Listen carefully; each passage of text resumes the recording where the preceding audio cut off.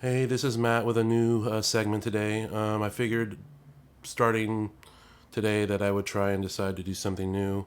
I figured I would start doing film reviews. I figured that would be something new and something interesting for the channel, I feel. So without further ado, here's a movie review. I'm going to be reviewing Furiosa, a Mad Max saga. I just wanted to let you know about my history with the Mad Max saga.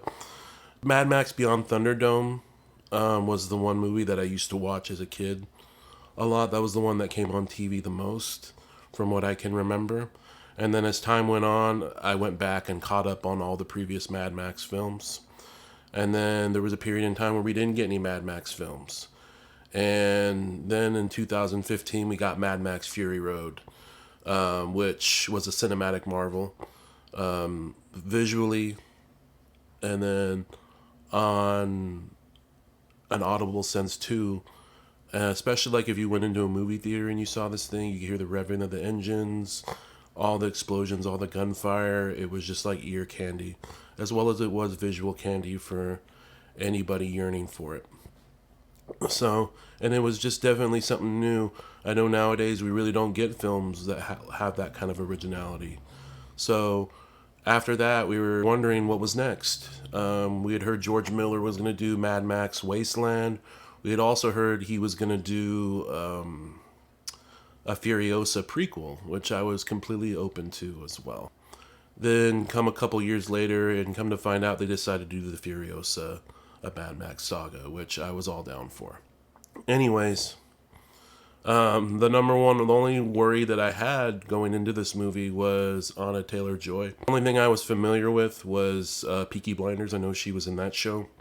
And the character that she plays on that is completely different for what she was going to play in this. But Charlize Theron had put her stamp on Furiosa and Fury Road, and she had encompassed all these wonderful things that a heroine should encompass: strength, always on top of things, just an all-around amazing three-dimensional character. I'm happy to report that the movie was amazing. It was really good. It was essentially a continuation of all that we had seen in Fury Road. Wonderful visuals, wonderful action sequences. It was candy on all the senses, where it may be audible or may it be visual. There was not a moment in time where I was not in awe of what I was being seen. As far as, and especially, this is another one of those movies that you have to watch on a movie theater.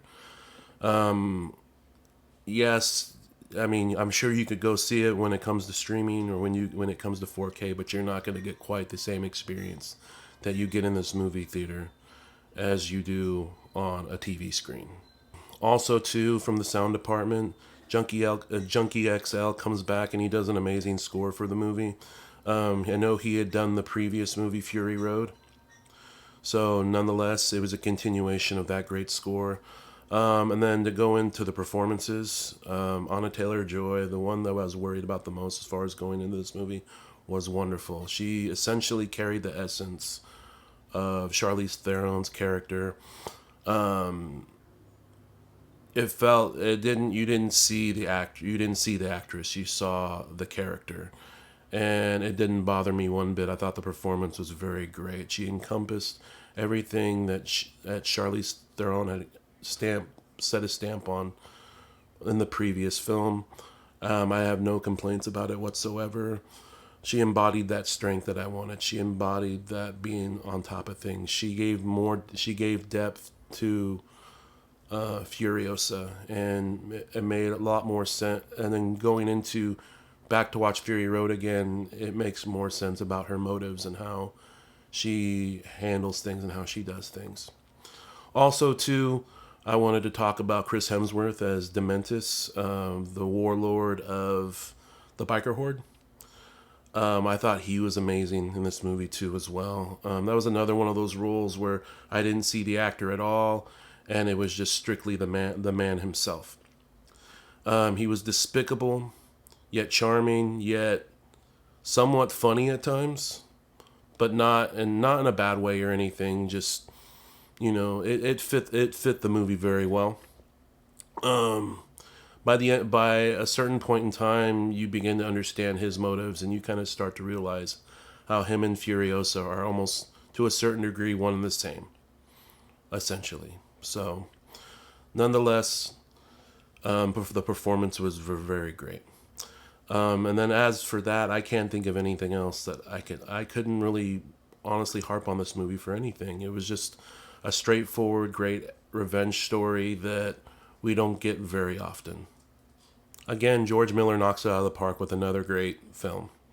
I am very eager to see what he does with the Mad Max franchise.